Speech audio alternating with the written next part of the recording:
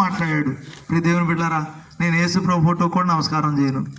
యేసు ప్రభు photo కూడా అది రంగు కదలదు, మెదలదు, మాట్లాడదు. యేసు ప్రభు ఫోటోలో ప్రభు లేడు. యేసు ప్రభు ఆత్మయ్య ఉన్నాడు. ఆయన మన హృదయంలో ఉండి, మనతో ఉండి, మనలో నుండి మనం నడిపించే దేవుడు, పరలోకం వరకు నడిపించే దేవుడు. కాబట్టి ఆయనకు మనం చోటిస్తే గొప్ప ధన్యత. ఆయనకి చోటు ఇకపోతే చేయరాని కార్యాలు చేస్తామని రోమా 1:28-29 ఉన్నది.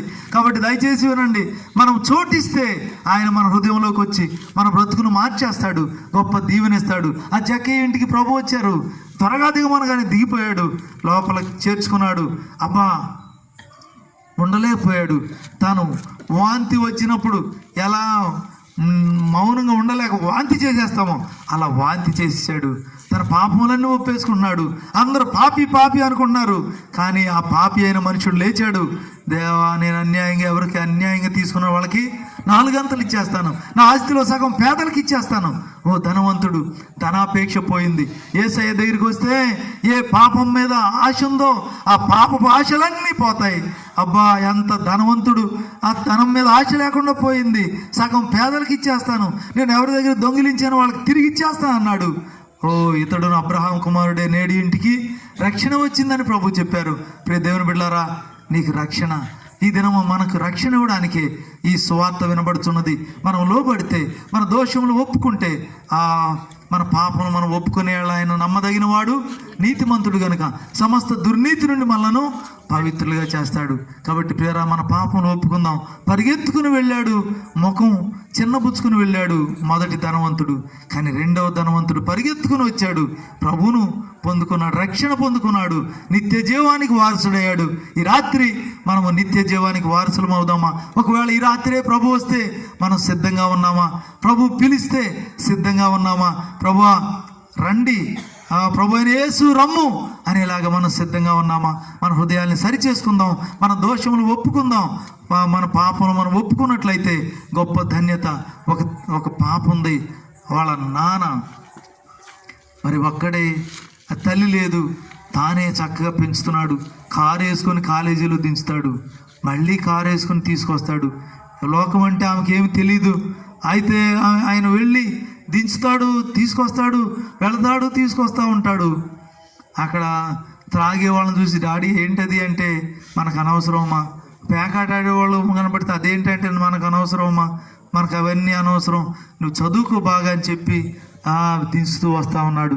కాలేజీ చదువుతూ ఉంది. ఒకడు వచ్చాడు, ఇన్షర్ట్ చేసుకొని వచ్చాడు, టిప్ టాప్గా ఉన్నాడు. ఐ లవ్ యూ అని చెప్పాడు. ఏం చెప్పాలో తెలీదు. ఐ టు లవ్ యూ అంది. నేను నిన్ను ప్రేమిస్తున్నాను కానీ నేను ప్రేమిస్తున్నాను అని చెప్పింది. రోజు రోజుకి మాటలు పెరిగినాయి. ఇంక కాలేజీకి దించుతున్నాడు తండ్రి. కాలేజీకి దించగానే బండి మీద ఎటో వెళ్ళిపోతున్నారు. కాలేజీ అయిపోయే టైంకి తండ్రి వస్తున్నాడు, తీసుకెళ్తున్నాడు. ఒక రోజున మనం పెళ్లి చేసుకుందాం అన్నాడు. అనగానే, అమ్మో మా నాన్న నేను బాధ పెట్టలేనందు. లేదు కొంచెం బంగారం తీసుకురా, డబ్బులు తీసుకురా, వెళ్ళిపోదాం అన్నాడు. చూడండి, ముంబై వెళ్ళిపోయారు. ఎలాగూ వెళ్ళిపోయారు.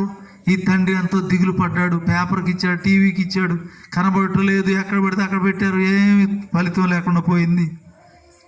సరే, డబ్బులు అయిపోయినాయి. బంగారం అమ్మారు, అది అయిపోయింది.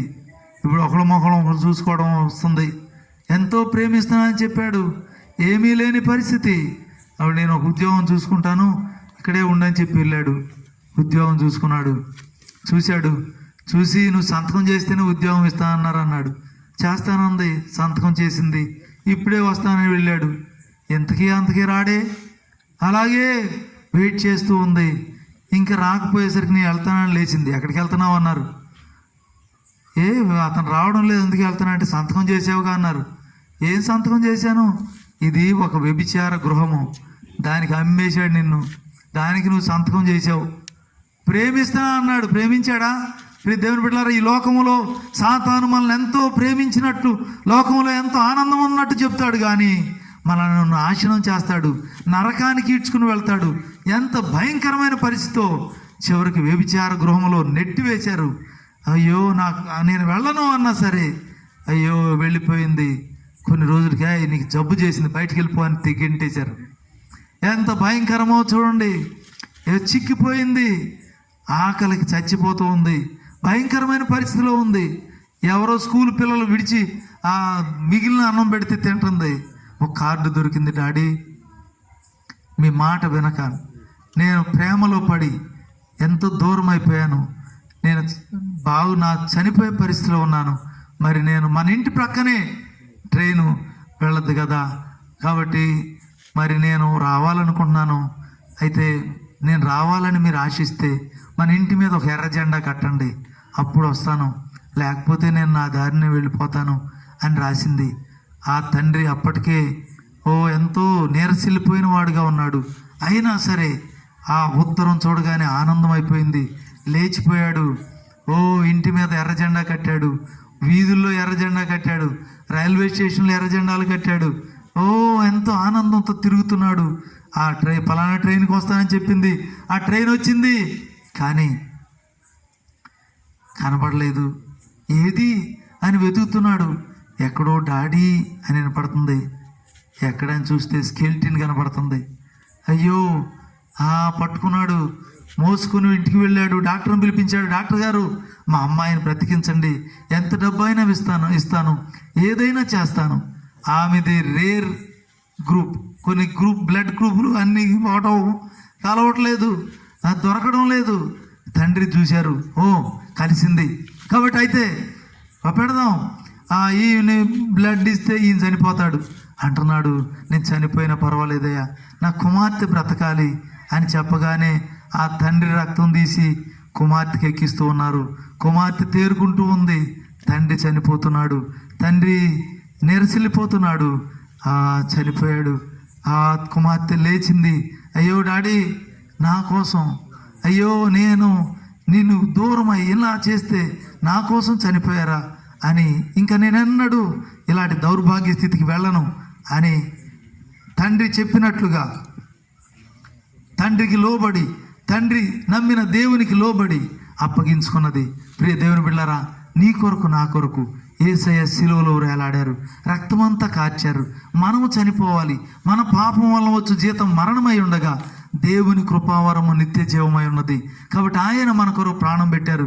మనం చేతులతో చేసిన పాపమును బట్టి ఆయన చేతులలో మేకులు, మన చెడ్డ తలంపులను బట్టి ఆయన తల మీద ముళ్ళ కిరీటము, మన హృదయంలోని పాపమును బట్టి ఆయన ప్రక్కలో బళ్ళెపోటు, మన కాళ్ళతో చెడు నడతను బట్టి ఆయన కాళ్ళలో మేకులు. యేసు ప్రభు మనందరి కొరకు ఆయన రక్తమంతా కాచారు. ఆయన కొరకు మనం జీవించాలని, పరిశుద్ధంగా బ్రతకాలని, పరలోకం వెళ్ళాలని ఆయన మన కొరకు ప్రాణం పెట్టారు. యేసయ్యను నమ్ముతావా? నీ జీవితంలో ఆయన చోటిస్తావా? ఆయన సన్నిధిలో, ప్రభువా నా జీవితాన్ని మార్చుకుంటాను ప్రభువా, నా హృదయాన్ని నీ సన్నిధిలో కుమ్మరించుకుంటాను ప్రభువా, నన్ను క్షమించండి ప్రభువా అని మన పాపమును మనం ఒప్పుకున్నట్లయితే ఆయన క్షమించి మన జీవితాన్ని మార్చి మనకు పరలోకం ఇవ్వడానికి ఆశపడుతున్నాడు. ప్రియ దేవుని బిడ్డారా, ఒకసారి మన జీవితాన్ని సరిచేసుకుందామా? దేవుని సన్నిధిలో మన హృదయాన్ని సరిచేసుకుందామా? దేవునితో మనం రాజీ పడదామా? అప్పగించుకుందామా? దేవుడు తప్పకుండా మనం క్షమించాలని ఆశపడుతున్నాడు, రక్షించాలని ఆశపడుతున్నాడు, మార్చాలని ఆశపడుతున్నాడు. ఎంత పాపినైనా మార్చే దేవుడు, ఎలాంటి హీన స్థితిలో ఉన్న వ్యక్తినైనా మార్చగల దేవుడు. ఒక తండ్రి ఉన్నాడు, కడుపు జబ్బు ఆయనకి, ఎన్ని హాస్పిటల్కి వెళ్ళినా సరే ఆయన బాగుపడడం లేదు, ఎన్ని ఆపరేషన్లు అయినా బాగుపడడం లేదు. ఆ సమయంలో చెప్పారు, బాబు పలానా పాస్టర్ గారి దగ్గరికి వెళ్ళమన్నారు. వెళ్ళారు. తన పాపములన్నీ తను చెప్తున్నాడు, అయ్యా నేను ఎన్ని హాస్పిటల్కి వెళ్ళినా సరే నేను బాగుపడడం లేదు, ఎన్ని ఆపరేషన్లు అయినా బాగుపడడం లేదు, నా పరిస్థితి ఏంటి అంటే, అబ్బాయి నీకు ఎవరైనా విరోధులు ఉన్నారా అన్నారు. అయ్యా విరోధులు అంటారేంటి, నా కడుపు జబ్బు అంటే విరోధులు అంటారేంటండి అంటే, అబ్బాయి చెప్పబోయా అంటే బొడ్లో నుండి కత్తి తీశాడు. అయ్యా ఊరంతా విరోధులేనండి, నన్ను ఎవరు చంపుతారో అని బాధపడుతున్నాను, భయపడి ఉంచుకుంటున్నానండి. అబ్బాయి బైబిల్ చెప్తుంది, కత్తి పట్టువాడు కత్తి చేతనే నశించును అని ఉందయ్యా. కత్తి పారై నీ పాపాలు ఒప్పుకో, మారు మనసు పొందు. కొన్ని దినాలు ప్రార్థనలో గడిపాడు. తర్వాత ఆటో తీసుకున్నాడు.